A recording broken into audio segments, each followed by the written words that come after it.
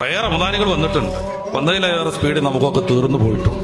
ഈ റമദാൻ അങ്ങനെ ആവരുതെന്ന് നമ്മൾ ദൃഢനിശ്ചയം എടുക്കും. ചുരുങ്ങിയത് 3 ഖത്തം തീർക്കുമെന്ന് നമ്മൾ ഉറപ്പിക്കണം. റമദാൻ കഴിയുമ്പോഴേക്ക് ഖുർആൻ നമുക്ക് അനുകൂലമായി സാക്ഷി നിൽക്കണം.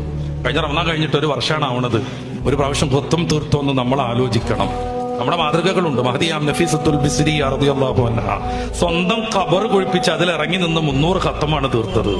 നമ്മളൊന്ന് നമ്മുടെ ജീവിതത്തെ കൗണ്ട് ഡൗൺ ചെയ്ത് എന്ന് ബാക്കിൽ ആലോചിച്ച് എല്ലാവരും ഇതുവരെയായിട്ട് എത്ര ഖത്തം തീർത്തു? 300, 100.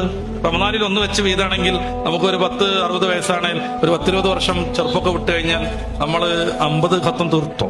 പൊട്ടക്കങ്ങാടി കൂടി പോകുക, വണ്ടി ബ്ലോക്കാണ് എല്ലാ ടെക്സൈസിന്റെയും മുന്നേ. എന്നിട്ട് ഉന്തി കയറ്റി ഷട്ടർ താത്താണ്. അതിൻ്റെ ഉള്ളിൽ തിരിഞ്ഞളിക്കാൻ സ്ഥലമില്ല, അതുകൊണ്ട് ഷട്ടർ താത്തും.